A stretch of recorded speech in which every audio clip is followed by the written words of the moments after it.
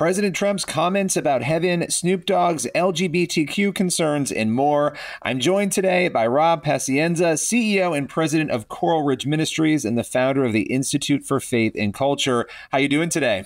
Great, Billy. Well, we've got a lot to talk about. I want to start with President Donald Trump saying that he wants to get to heaven. These comments, they made a big splash, and he sort of leaned into this language of wanting to get to heaven in talking about the actions that he's taking as president. And obviously, you know, as a pastor, the debate around works versus, grace and salvation, this is something that is pretty prevalent. What was your take when you heard the president say, I want to get to heaven? Well, I had many takes.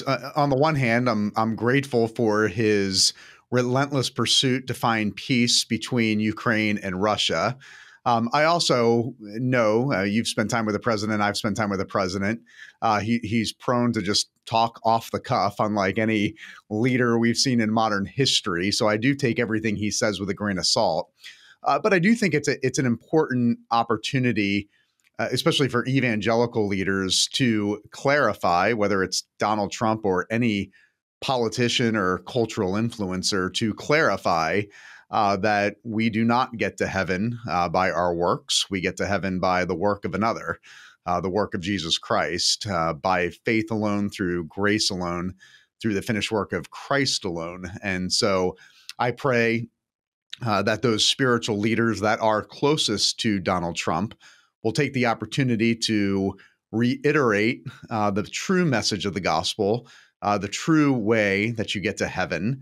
Hopefully, as I said, he was just talking off the cuff and didn't mean it. Or this is a divine opportunity to once and for all clarify for President Trump the true way to salvation. I know there's been many leaders that have shared the gospel with him in the past. This would be a great opportunity, a divine appointment to clarify that Jesus is the way, the truth, and the life, and that no one gets to the Father but through him. Yeah, it's often hard to tell if the president is joking or just being flippant or, being serious. But to your point, regardless, this is an opportunity to clarify that when you say, I want to get to heaven, what does that actually mean? And, people will often talk about works. You do good works because you have the Holy Spirit in you. It's the fruit, the evidence of having the Holy Spirit. It's not the thing that saves you, right? So I think it's a great opportunity for us to be having these conversations. And just as somebody who obviously is a pastor, but you also comment on a lot of the issues of the day, when you look at what has happened in this country since January, and there have been so many, there's a lot of negative, but there's also a lot positive happening on a spiritual front. What's your reflection on where we are right now in light of where we were even a year ago? It's pretty remarkable, Billy. I mean, when you even think about what has happened in the last 4 years, and to your point, just where we were a year ago, you think about the rebirth of freedom in America, freedom for all people, but including people that want to exercise their faith in the public square, which is given to us by God, protected by our Constitution and by the Bill of Rights. So I think we have gone in a tremendous direction in the right way when it comes to protecting free speech, religious rights, and liberty. I think the protection of human life from the moment of conception.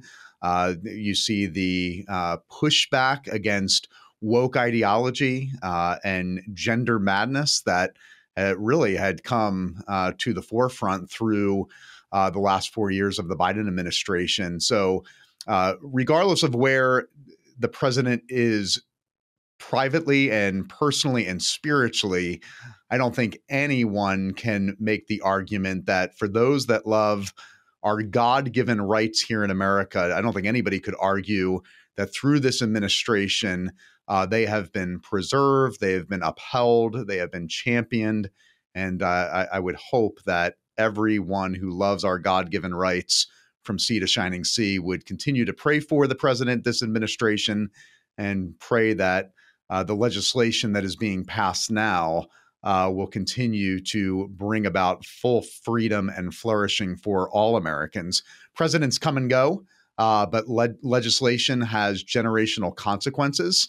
I think the only comment I would make that we should really be concerned about is I love all of the executive orders that the president is passing. But if we don't see these executive orders turn into legislation at Congress, it's really all for naught. So I really think it's important that we realize that President Trump's term is going to be up in 3.5 years. We need to now be praying for leadership in Congress to pass these laws into legislation that is permanent and can have the generational consequences for the better that we all hope for here as evangelicals in America. Yeah, you raise a good point there that if you want lasting change, you need to change the laws, and executive orders, they technically are temporary until another president comes in and says, nope, I'm not going to do this. We're going to change it. And so oftentimes you'll see somebody come in and they undo everything the last president did. And so you can do the executive orders, and they're a good thing to do. They set a tone and a tenor. But if you want to change things permanently, you have to go through that legal process of passing legislation to do that. Now, I want to shift gears a little bit here. And this is a big shift. It's to Snoop Dogg. And obviously, Snoop Dogg, being a well-known rapper, performer, he raised some concerns in an interview. He was on a podcast, and he was talking about LGBTQ themes in kids' shows. What can you tell us about this, and what was your reaction to it? Yeah, it's amazing who God uses and raises up to be a mouthpiece for the biblical design of gender and sexuality. Did not see this on my bingo card, but I love it. I love it, that he is being outspoken about this. He's spot on. Snoop Dogg, for all of his past history and what he has stood for historically. It's quite amazing to see someone finally stand up and say, no, Hollywood is not going to have the minds and the hearts and the soul of my children. And I was thrilled to see somebody of his stature stand up and speak out because he's absolutely right. I mean, I have a 14-year-old and a 12-year-old at home.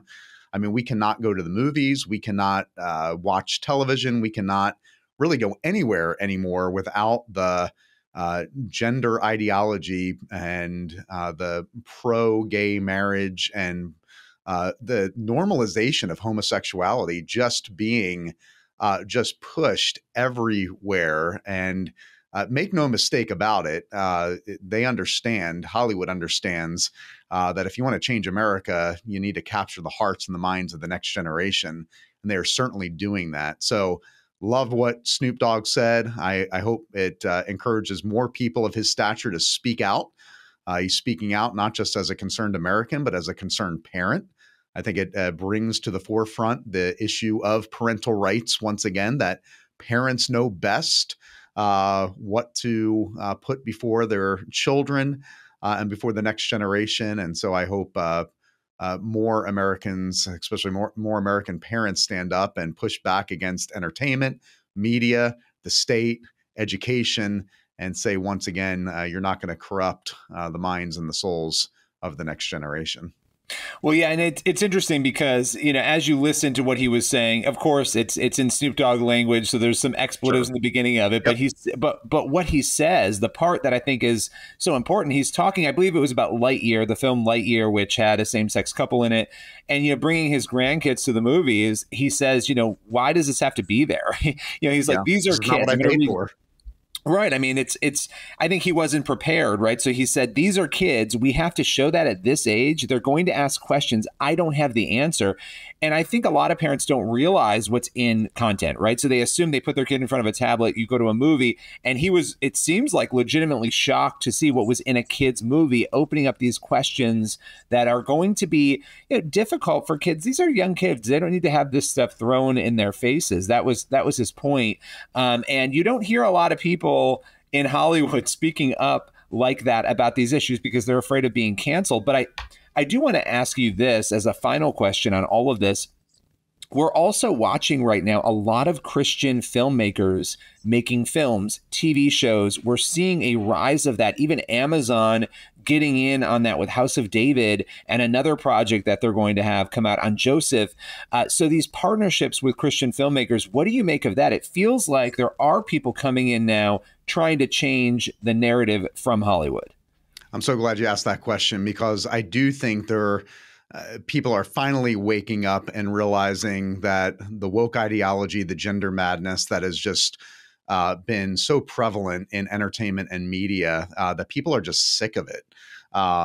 Just the normal American, regardless of their religious affiliation, I think we're beginning to see the pushback in all of the craziness that we've seen, particularly rise to the forefront in the last 4 or 5 years.